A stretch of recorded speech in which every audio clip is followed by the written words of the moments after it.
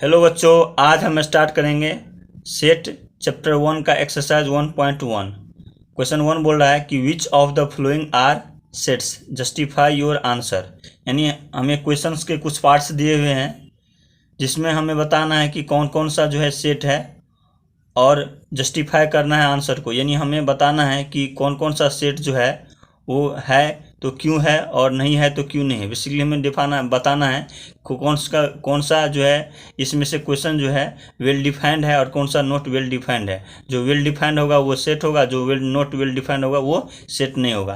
Question first ये बोल रहा है कि the collection of all the months of a year, मतलब पूरे साल में जितने भी मंथ्स होते हैं बिगिनिंग विद द लेटर जे, जो जे लेटर से शुरू होते हैं। तो कौन कौन सा मंथ है जो जे से शुरू होते हैं।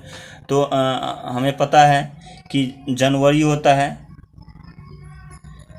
फरवरी ऐप से शुरू होता है, मार्च नहीं होगा, अप्रैल नहीं होगा, मई नहीं होगा, जून होगा क्योंकि जे से शुरू होता है जून, और फिर जुलाई होगा क्योंकि ये भी जे से शुरू होता है। और इसके बाद जो है कोई भी जो है लेटर जो है जितने भी मंथ बचे हुए हैं वो जे से शुरू नहीं होता है।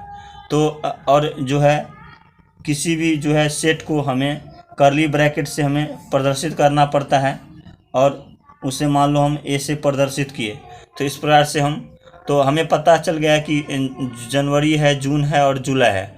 यानी और किसी और बंदे से भी मैं पूछूंगा तो वो भी बताएंगे कि कौन कौन सा मंथ जो है 12 महीना में जो है वो शुरू जो जे से शुरू होता है तो यही बताएंगे। किसी और बंदे के लिए चाहे हम कहीं भी चले जाएं, चाहे हम दिल्ली चले जाएं, पटना चले जाएं, मुंबई चले जाएं या कहीं भी जाएं, तो उनके लिए सभी के लिए क्या होगा, ये है यही होगा। इसलिए क्या है कि ये वेल डिफाइंड है, वेल डिफाइंड है, वेल डिफाइंड। इसलिए लिखेंगे yes, yes it is a set. और जो वेल डिफाइन होता है वो क्या होता है, सेट। अब क्वेश्चन 2 देखते हैं। The collection of 10 most talented writers of India, मतलब पूरे इंडिया में हमें 10 जो है यानी 10 मोस्ट टैलेंटेड राइटर्स हमें बताना है। तो इसका जो है कोई फिक्स नहीं है। किसी के लिए क्या हो सकता है कि चेतन भगत होता है, भगत हो सकता है, किसी के लिए मुंशी प्रेमचंद हो सकता है, किसी के लिए हरिवंश राय बच्चन भी हो सकते हैं। तो सबके लिए क्या क्या है, डिफरेंट अलग अलग होगा। हाँ, हमारे लिए कुछ और होगा, किसी और के लिए कुछ और होगा। तो ये क्या है कि ये मोस्ट टैलेंटेड राइटर्स इंडिया में जो है किसी के लिए हर एक बंदे के लिए अलग अलग है। हाँ, यहाँ अगर मान लो पटना चले जाओ तो किसी और तो वो कुछ और बताएगा, और दिल्ली चलो तो वो उस बंदे से पूछोगे तो कुछ और बताएगा। तो सबके लिए क्या है कि अलग अलग है। इसलिए लिखेंगे no it is not a set because everyone has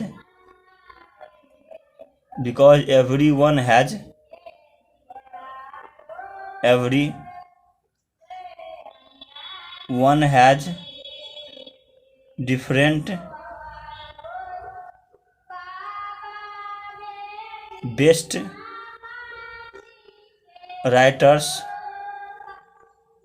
writers of India, so it is not well defined।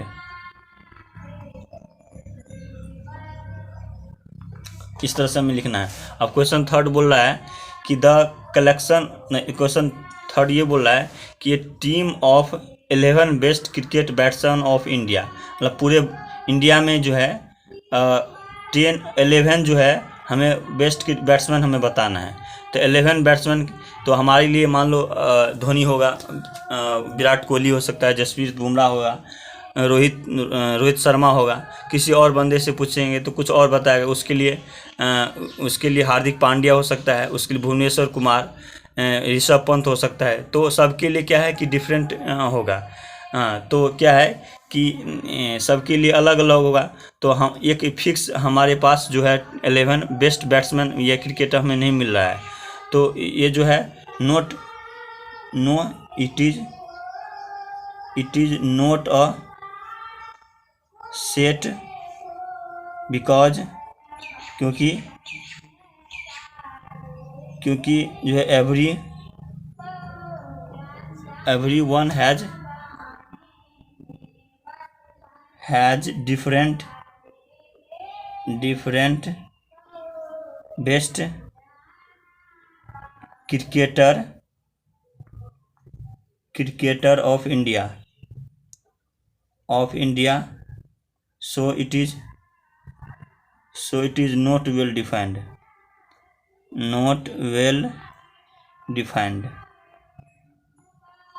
अब क्वेश्चन 4 देखते हैं। The collection of all boys in your class, यानी आपके क्लास में जो है जितने बॉयज है वो जो है उसका वो सेट है कि नहीं। मान लो हमारे क्लास में अगर 50 बच्चे हैं और 50 बच्चे में अगर मान लो हमारे पास 30 बॉय है और 20 गर्ल्स है, तो हम अपने क्लास में किसी भी बॉयज़ को पूछेंगे या किसी भी स्टूडेंट से पूछेंगे कि कितने बॉयज़ है, तो ये बता ही देंगे कि 30 बॉयज़ है। इसमें हो सकता है राम, लक्ष्मण, सोहन, मोहन या कोई भी हो सकता है।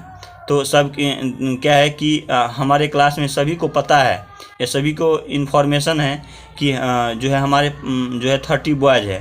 तो ये क्या है कि सभी के लिए कि है कि समान है, हर एक स्टूडेंट के लिए है कि 30 बॉयज़ है जिन सभी को पता है, इसलिए क्या है कि वे वेल डिफाइंड होगा।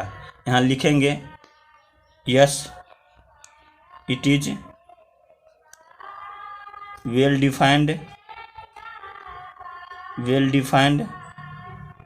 So it is a set. अब क्वेश्चन 5 है। क्वेश्चन 5 कह रहा है the collection of all natural numbers less than 100, यानी सभी नेचुरल नंबर का हमें सभी नेचुरल नंबर्स बताना है जो 100 से छोटा है, वो जो है सेट है कि नहीं। तो नेचुरल नंबर होता है कि काउंटिंग नंबर को हम क्या बोलते हैं, नेचुरल नंबर, और काउंटिंग नंबर जो है हमारे जो है 1 से शुरू होता है। तो हम लिखेंगे 1 2 3, इसी प्रकार से जाते हुए इन्फिनिटी तक जाएगा। तो हमें बताना है कि लेस दैन 100 यानी 100 से छोटा होना चाहिए। तो 100 से छोटा यानी 99 तक होगा, 99 तक होगा। तो हमें बताना है कि ये जो है वेल डिफाइंड सेट है कि नहीं। तो हर ये जो है नेचुरल नंबर जो है का सेट जो 100 से छोटा होगा, तो जितने भी बंदे से पूछेंगे, चाहे हमसे पूछो चाहे किसी और से भी बंदे से भी पूछेंगे, चाहे हम कहीं किसी भी बंदे से पूछेंगे, तो वो वही बताएंगे कि 1 से लेकर 99 तक होगा। और उसको जो है इसको हम प्रदर्शित कर देंगे। मान लो हम 20 सेट से प्रदर्शित करते हैं, इस प्रकार से हम सेट को हम क्या है रिप्रेजेंट करेंगे। तो किसी बंदे के लिए भी जो है किसी बंदे के लिए यही 1 से लेकर 99 तक होगा इनके लिए। तो क्या है कि हर एक बंदे के लिए समान है, हर एक बंदे के लिए क्या है समान है, इसलिए क्या होगा it is well defined so it is a set. Question 6 बोला the collection of novels written by writer Munshi Premchand. तो राइटर मुंशी प्रेमचंद है, उनके द्वारा लिखे हुए हमें जो है नोवेल्स क्या सेट है। तो क्या है कि सेट होगा, क्योंकि उसने जो है मुंशी प्रेमचंद जो है कुछ गिने चुने लिखे होंगे, 6 या 7 या 8 लिखे होंगे नोवेल्स। तो हमें अगर पता नहीं है तो कोई गूगल पे जाके पता कर सकते हैं कि लिखेंगे कि novels written by the writer Munshi Premchand, तो उनके द्वारा जितने भी लिखे हुए नोवेल्स होंगे वो आ जाएंगे। तो वो जो है एक वेल डिफाइंड सेट है, क्योंकि उनके द्वारा जो लिखे हुए हैं जो भी लिखे रहेंगे वो 7-8, मान लो उनके द्वारा लिखा हुआ सेट एक नोवेल है, मान लो ए होगा, बी होगा, सी होगा, तो जितने भी मुंशी प्रेमचंद के द्वारा होगा वो जो है एक वेल डिफाइंड सेट होगा। तो इसलिए लिखेंगे so it is a set because को BCS भी लिख सकते हैं शॉर्ट फॉर्म में। तो because it is well defined.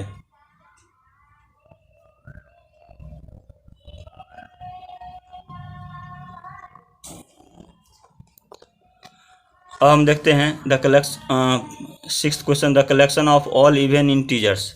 तो सभी इवन इंटीजर्स का कलेक्शन हमें जो है एक सेट है कि नहीं। तो इवन इंटीजर्स होता है कि पॉजिटिव नंबर 1 2 3 और ये जाते रहेगा इन्फिनिटी तक, और साथ में 0 और निगेटिव नंबर -1 -2 -3 रहेगा और साथ में इधर जाते रहेगा, तो इसे हम इंटीजर बोलते हैं। और इवन इंटीजर मतलब जो इवन इंटीजर का मतलब ये हुआ जो 2 से पूरी तरह से डिवाइड हो सके, उसे बोलते हैं इवन इंटीजर्स। तो हमें बताना है कि सभी इवन इंटीजर जो है सेट होता है कि नहीं। तो जो भी 2 से डिवाइड होगा इवन इंटीजर वो होगा। तो इसलिए हम लिख सकते हैं ऐसे कि यहाँ पर हम लिख सकते हैं कि -6 लिख सकते हैं, -4 लिख सकते हैं, -2 लिख सकते हैं, और यहाँ पर क्या है कि 0 भी होगा, 2 4 6। तो ये जो है -इन्फिनिटी तक जाएगा, यह भी जो है -इन्फिनिटी तक जाएगा। तो हमें जो भी इवन इंटीजर होगा जो हमें जो 2 से पूरी तरह से डिवाइड होगा, तो इस तरह से हमें होगा। तो हमें सभी बंदे के लिए क्या है कि हर एक होगा, और सभी को पता होगा कि जो भी इवन इंटीजर होगा तो वो ये सब होगा। इसलिए क्या है कि it is a set because it is well defined.